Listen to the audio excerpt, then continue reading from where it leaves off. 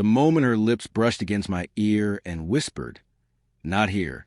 Go sit in the guest section," something deep inside me shattered, not like glass, but like something quieter and more final. I didn't move right away. I just stood there, staring at her, at the woman I call my fiancée, my soon-to-be wife. She didn't flinch. Instead, she turned toward him, her ex, Lucas. I recognized the little performance immediately. The way she tucked her hair behind her ear, a move I'd seen countless times before when she was nervous but desperate to look composed. "You deserve this seat more," she told him sweetly, venom tucked beneath every syllable. And he smiled arrogant, like he already knew the outcome. He slid into the seat beside her like it had all been arranged, rehearsed even. Her family laughed like it was a well-timed punchline. My family sat in awkward silence, unsure whether this was some twisted joke or a horrible misunderstanding. And there I stood, in front of an altar, gripping the bouquet I had never gotten a chance to hand her. My fingers had turned white around the stems, my jaw locked, heart pounding, but not from pain anymore. From clarity. I let the silence linger a beat longer, then straightened my suit, forced a calm smile, and said clearly, "Carry on." They thought I'd leave in shame, that I'd retreat, broken, tail between my legs.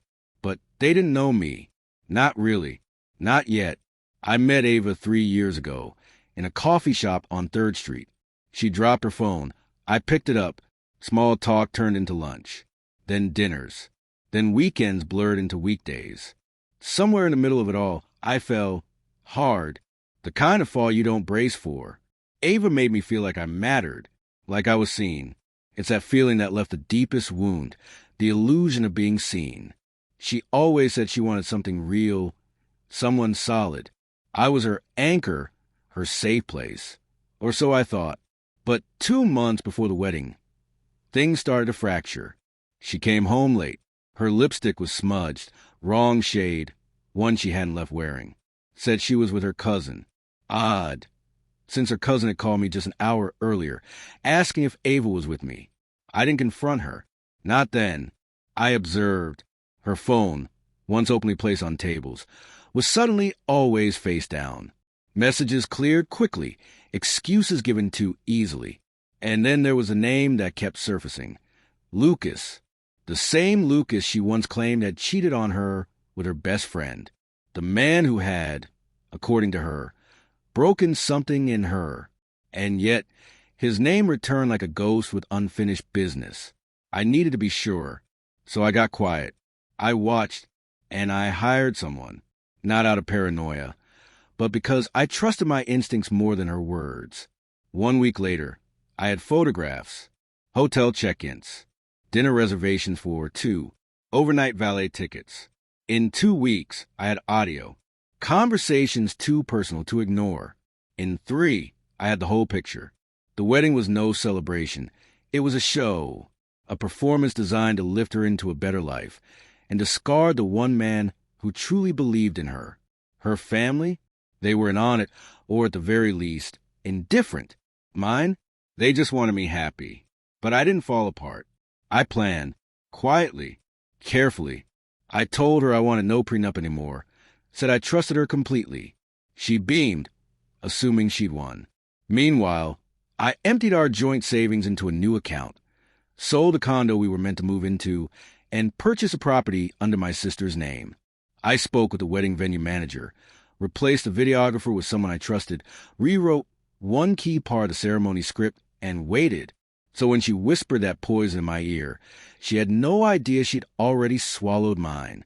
I stepped aside, let them revel in their game. He took the seat. She smiled like she won the lottery, and the officiant continued, reading the script, my script. Then, just before the vows, he gestured to the large screen behind us. Before we proceed, the groom has requested a short tribute to love and truth. The lights dimmed. The screen flickered to life. Gasps filled the room. There she was, Ava, entangled with Lucas in a hotel bed. The date was clear, stamped just 2 weeks before. Their laughter echoed through the hall. "He actually believes I love him," she said, smirking. Clip after clip followed. Kisses, hotel lobbies, hand-holding in private cars. Inside jokes that had no place in honesty. Her family's laughter faded into stunned silence. My family looked like they'd been struck by lightning. And Ava? She looked like someone caught mid-lie with no breath, left to spin another one. She screamed, "Turn it off." The officiant raised a hand calmly. "The groom has full rights to this media. It will continue." And it did, until the final clip. Ava and Lucas rehearsing the ceremony, mocking it all. When he tries to sit beside me, I'll tell him no. You take the seat. He'll just stand there like a lost puppy. It'll be perfect. Black screen. Stillness. I walk back to the altar, every eye on me. Ava looked broken. Pale. "I told you to carry on," I said gently. "Now it's my turn." I turned to Lucas. "You enjoy stealing what doesn't belong to you?" He stood, chest puffed.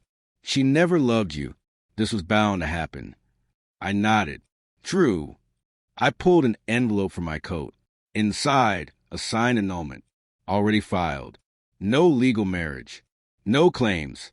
Her mouth parted slightly, speechless. Another envelope to Lucas. A lawsuit for trespassing. The venue was under my name.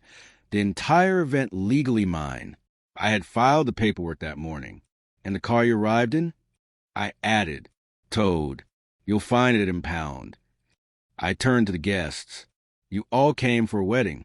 What you got instead was the truth. I let the words settle. To my family, thank you. To hers, you raised a master manipulator. And to you, Ava, I leaned in just as she had earlier, whispering just loud enough. You could have had forever. Instead, you chose theater. Enjoy the closing credits. She didn't speak.